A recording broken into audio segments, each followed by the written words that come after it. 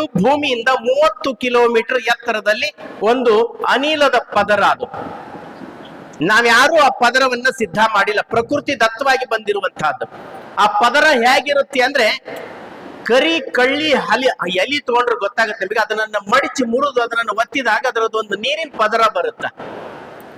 ಆ ರೀತಿಯ ಪದರ ಓಝೋನ್ ಪದರ ಇರುತ್ತೆ. ಅದು ಗುರುತರವಾದ ಕೆಲಸ ಏನ್ ಮಾಡುತ್ತೆ ಅಂದ್ರೆ ಭೂಮಿಗೆ ಅತಿಯಾದ ಸೂರ್ಯನ ಕಿರಣವನ್ನ ತಾಕದಂತೆ ತಡೆ ಹಿಡಿಯುತ್ತೆ.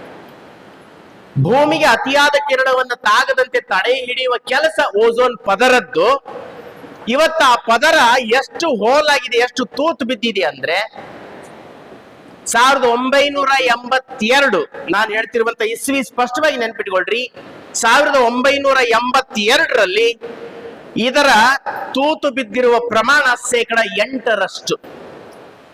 8% ತೂತು ಬಿದ್ದಿತ್ತು ಅಂತ. ಆ ಸಂದರ್ಭದಲ್ಲಿ